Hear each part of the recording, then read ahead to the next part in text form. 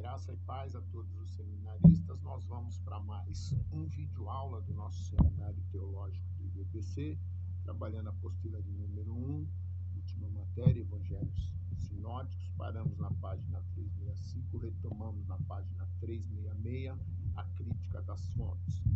A crítica das fontes se dedica à investigação das tradições escritas acerca da vida e ensinos de Jesus que foram produzidos a partir da tradição oral e que culminou na produção dos evangelhos. Nos primórdios do cristianismo, o evangelho foi transmitido e preservado de forma oral. Provavelmente, os primeiros discípulos não sentiram a necessidade de escrever uma narrativa do ministério de Jesus, porque acreditavam na iminência de sua volta. Só com o passar do tempo surgiu a tradição oral do evangelho, que mais tarde recebeu uma forma escrita. O surgimento dos sinóticos revelou uma grande semelhança entre eles, tanto na escritura quanto nas palavras. Observa-se nos sinóticos que cada evangelista omitiu informações encontradas nos outros dois, onde cada um apresentou incidentes que os demais não relataram. E alguns dos eventos encontrados em pelo menos um dos outros dois evangelhos são colocados numa ordem diferente. Entretanto, os três seguem aproximadamente a mesma ordem dos acontecimentos, mesmo quando não existe nenhum motivo cronológico ou histórico claro para fazer. Todos os três apresentam um esboço comum, como segue: o aparecimento de João Batista, o batismo de Jesus, a tentação de Jesus, o ministério público de Jesus na Galileia, a confissão de Pedro, a descida da Pérea para Jerusalém, a entrada triunfal em Jerusalém, as controvérsias com os líderes religiosos dos judeus, a ceia na quinta-feira da Semana Santa, a traição de Judas Iscariotes, o aprisionamento, crucificação, sepultamento, ressurreição e aparições de Jesus, do Jesus ressuscitado. Ao se comparar as diferenças e semelhanças entre os sinóticos, resultou no chamado problema sinótico. Algumas questões são levantadas pelos eruditos, como quem escreveu primeiro, quem copiou de quem, quais foram as fontes usadas. As fontes eram escritas ou orais. Onde estão tais fontes? Como explicar a semelhança e as diferenças literárias entre Mateus, Marcos e Lucas? O problema fica maior quando comparamos os sinóticos com o Evangelho de João, quando as diferenças se tornam mais evidentes. Algumas soluções foram apresentadas para essa problemática. A primeira, dependência comum do Evangelho original. Segundo, dependência comum de fontes orais.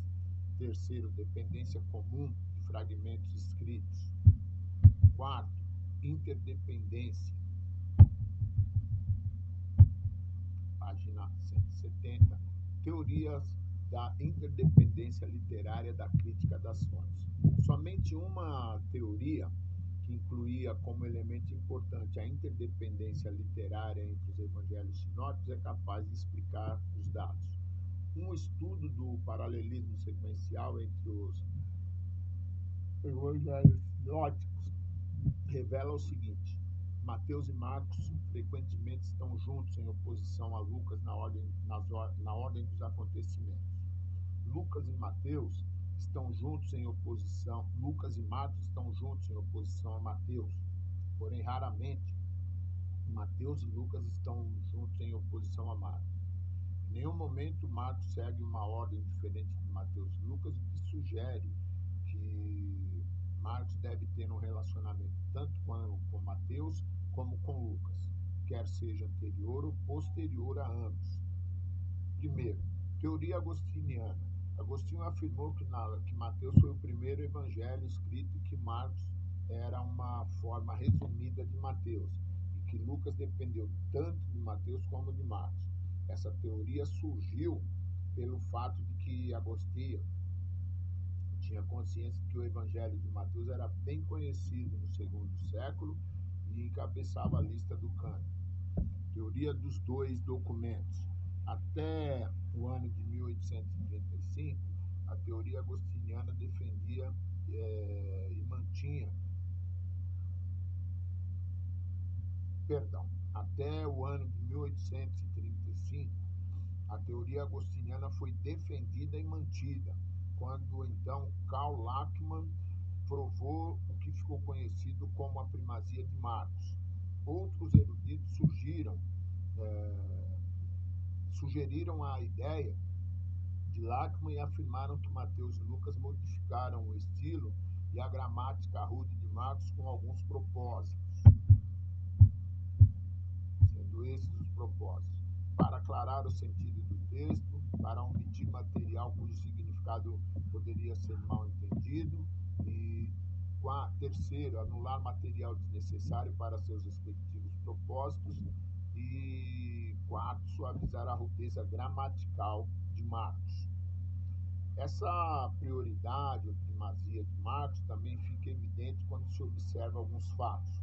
Mateus produz 90% do texto de Marcos em linguagem idêntica a ele, e Lucas reproduz cerca de a metade. Mateus e Lucas usualmente acompanham a sequência de eventos da vida de Jesus, conforme Marcos os alinha.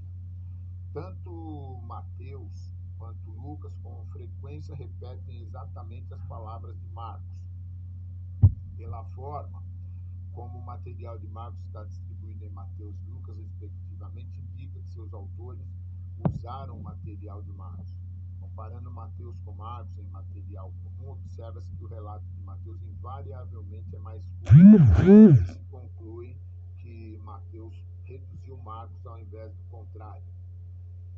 Seguindo a opinião de Lachmann, Bernard Weiss, através de seu comentário sobre Marcos e Lucas em 1901, propôs uma segunda fonte contendo material comum a Mateus e Lucas, 235 versículos, que foi denominado pela letra Q. Essa é a primeira letra da palavra alemão Quelle, que significa fonte. Alguns eruditos acreditam que esta é a logia a que Papias se referiu como tendo sido escrita por Mateus em aramaico. Entretanto, essa hipótese é rejeitada pela maioria dos estudiosos. Essa fonte Q teria sido uma primitiva coletânea de declarações de Jesus, que seria, conforme Robert Gunn coloca, como o Evangelho de Tomé e a coleção achada em Oxford sobre as mudanças, as afirmações de Jesus. Perdão. Esse documento, se é que existiu, parece ter sido formulado em Jerusalém na década de 50, 60 depois de Cristo, e narra a história do batismo e da tentação de Jesus, prosseguindo com seus ensinos, mas não faz qualquer menção aos seus sofrimentos, morte e ressurreição. Em conjunto com Marcos, que forma a teoria dos dois documentos, que, na opinião de Rhodes David Halley, é a teoria mais simples e fácil para a solução do problema sinótico. A hipótese completa das duas fontes foi proposta por C.H. Weiss em 1838. A hipótese do documento Q não responde a algumas questões levantadas pelos eruditos. Vamos a algumas. O grau de concordância entre Mateus e Lucas sobre as declarações tradicionais varia muito. Como explicar a origem de mais de 200 versículos de Mateus e cerca de 500 versículos de Lucas que não são encontrados nem em Marcos e nem em Q? Alguns eruditos rejeitam a fonte Q e aceitam a teoria de muitos documentos breves e da tradição oral. Muitos eruditos estudiosos do Novo Testamento são favoráveis à existência de Q e argumentam o seguinte: a grande semelhança na sequência do material que não é encontrado em Marcos, mas é comum a Mateus e Lucas, essa semelhança favorece a ideia de uma única fonte escrita. O relato duplo de um único fato no mesmo evangelho, alega-se que isso ocorre pela razão de que o evangelista seguiu Marcos em um trecho e que no outro. Material comum a Mateus e Lucas, mas não contido em Marcos, é colocado em contextos diferentes. Mateus, por exemplo, agrupa grande parte de seu material em 5 grandes sermões, enquanto Lucas os espalha pelo seu livro. Isso pode implicar em que ambos, Mateus e Lucas, usaram uma fonte comum, mas de forma independente, ao invés de Lucas usar Mateus. Esses argumentos em favor da teoria de dois documentos têm convencido a maioria dos eruditos de que Mateus e Lucas tiveram acesso a uma fonte, exceto Marcos, que talvez fosse que. Por outro lado, outros imaginam que, como uma série de fragmentos escritos ou como uma combinação de tradições escritas e orais. O terceiro grupo argumenta que não há necessidade de postular a existência dessas fontes e pensam ser mais simples imaginar que Lucas usou Mateus como fonte. Página 369, encerramos. Nota. O termo, deixa eu tentar aqui, que eu não tenho dificuldade. O termo Oxir Shus é uma referência ao local de uma antiga cidade egípcia helenística, a cerca de 195 quilômetros do Cairo, onde foram descobertos alguns papiros contendo algumas declarações extracanônicas de Jesus. Terceiro, a teoria dos quatro documentos. Essa teoria foi defendida por P.H. Streeter no seu livro Os Quatro Evangelhos, um estudo dos originais, em 1924. Ele defendeu a ideia de que, além de Marcos e que, outras fontes foram usadas e a quem ele denominou como M, material peculiar ao Evangelho de Mateus, e L, material peculiar ao Evangelho de Lucas. Essa hipótese das quatro fontes foi uma tentativa de oferecer uma proposta adequada à utilização de outras fontes que serviram de base para a composição dos sinóticos.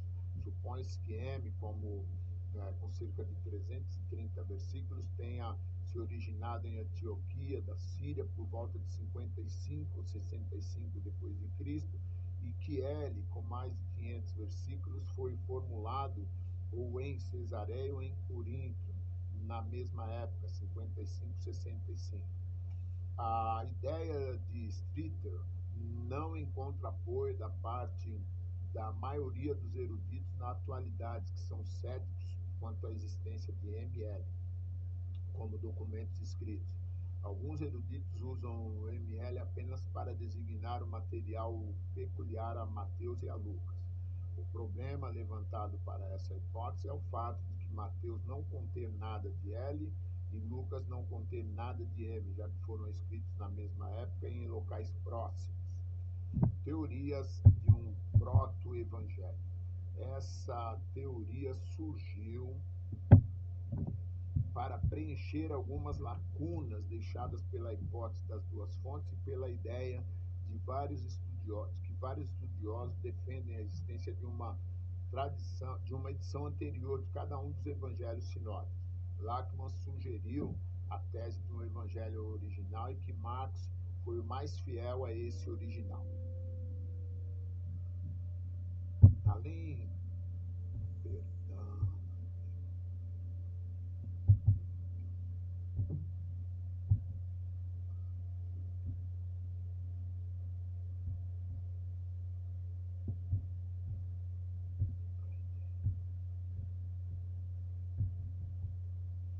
do proto-Marcos, se postulou também a existência de que Mateus escreveu uma edição anterior de seu evangelho, com base numa afirmação de Papias citada por Eusébio. Outros eruditos defendem que Lucas redigiu uma primeira edição do seu evangelho com o uso de Q e L, seu material peculiar. Então, mais tarde, integrou também Marcos nessa sua obra inicial, no que resultou no Proto-Lucas. As evidências principais em prol de Proto-Lucas são os seguintes.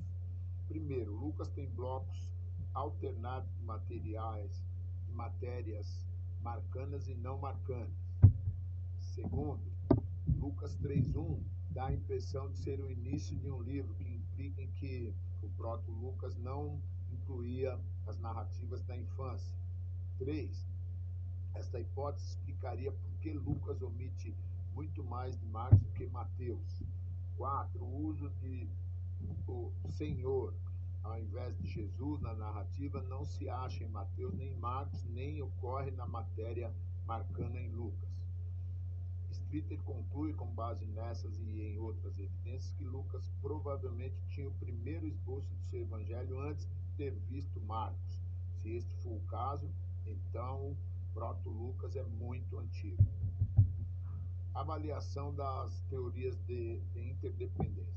Todas as teorias apresentadas surgiram da necessidade de explicar o problema sinótico e oferecer uma resposta adequada a ele. Elas são interessantes, mas não respondem definitivamente essa questão pela falta de provas e pela sua complexidade.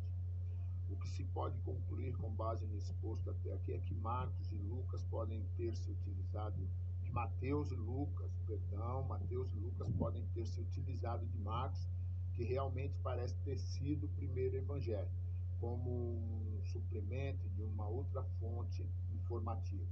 Lucas talvez colecionou matérias de uma variedade de fontes, como a tradição oral e alguns eruditos, e combinou tudo num documento que resultou em seu evangelho. É importante destacar que o Espírito Santo guiou os autores evangelistas no processo de compor e redigir a palavra escrita. A possibilidade de Lucas ou de outros autores terem usado outras fontes, como Lucas realmente o faz, não nega o superentender de Deus na composição do manual, do manuscrito original.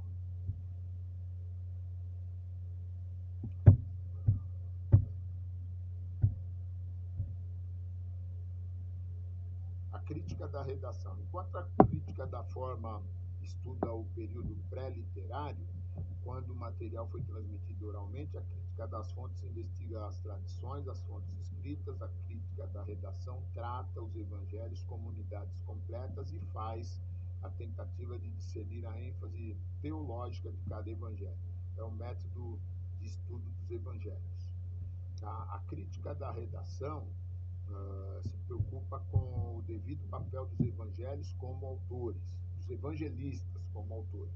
A preocupação dos evangelistas não foi simplesmente reunir tradições e fontes para produzirem seus evangelhos. O período de Israel, que pertence aqui, com base no ponto de vista teológico de Lucas, ele defendeu a ideia de que o evangelista reinterpretou o ministério de Jesus como o ponto central histórico entre a era da igreja e a segunda vinda de Cristo. Ele dividiu a história da salvação em três partes: o período de Israel, que pertence a João Batista, o segundo período do ministério de Jesus até a sua ascensão, que é o centro da história e do tempo, e terceiro período da igreja, que vai da ascensão de Jesus até a parúzia. As conclusões de Conzelman e outros eruditos chegaram não têm plena aceitação, mas a sua metodologia tem espaço garantido no campo dos estudos dos evangelhos. Utilizando a crítica da redação, muitos estudiosos escreveram teses, artigos e monografias onde analisaram temas existentes em um evangelho ou temas comuns aos evangelhos como um todo. Nós paramos na página 373 e retomamos na própria página 373 com as pressuposições básicas da crítica da redação. Bom, Deus abençoe. Boas aulas.